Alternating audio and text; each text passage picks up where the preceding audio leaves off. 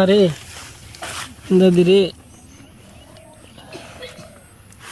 এখন জিনিস বুঝলাম না।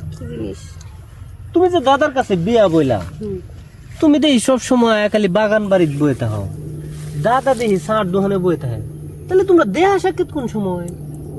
ও বেটা কি জিনিস আছে বেটার লাগাম দেখা করলো সুরের মতো। আমার চেহারা সুরের মতো লাগে, এটা কয়েকজনে কইছে।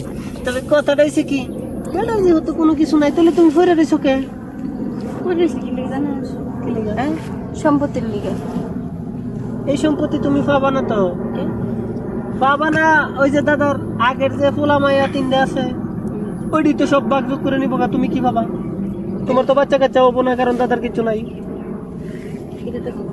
এই বেটার নাই তো কি হয়েছে, মানুষের তো আছে।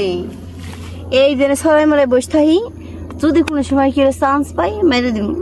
তবে দাদি এখন বুদ্ধি দিবার পারি কি, তুমি যদি মানুষের মারো, যদি সন্দেহ হয়, তাহলে তো ডিএনএ টেস্ট করাইবো। তুমি এক কাজ করতে পারো। কি কাজ?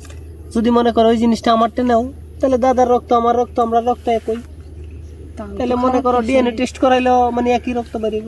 হ্যাঁ, আর কোনো ধরা পড়বো না। ভালো একটা বুদ্ধি দিছিস তো। একের বুদ্ধি, আমার তো একের বুদ্ধি বেকের লাগে না, ওটা তোমার লাগে। হ্যাঁ দাদি, এখন কথা কম। কি কথা?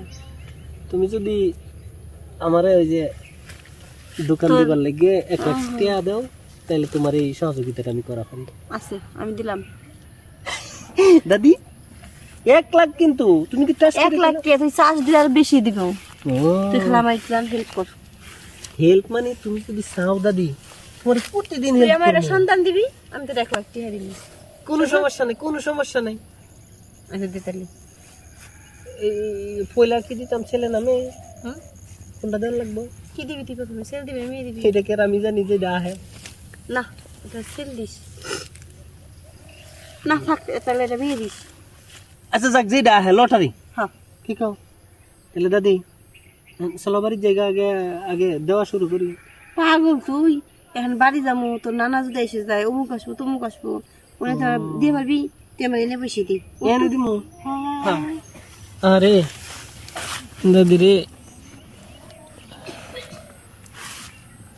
নাতি গো, 1 ধাক্কা দিয়ে 6 মাস বানাই দিলে, আর 1 ধাক্কা দিলে তো পুরো ডেলিভারি হয়ে যাবো। আরে আমার তো টেয়ার দরকার, বুঝো না কে দাদি। দাদি উঠো।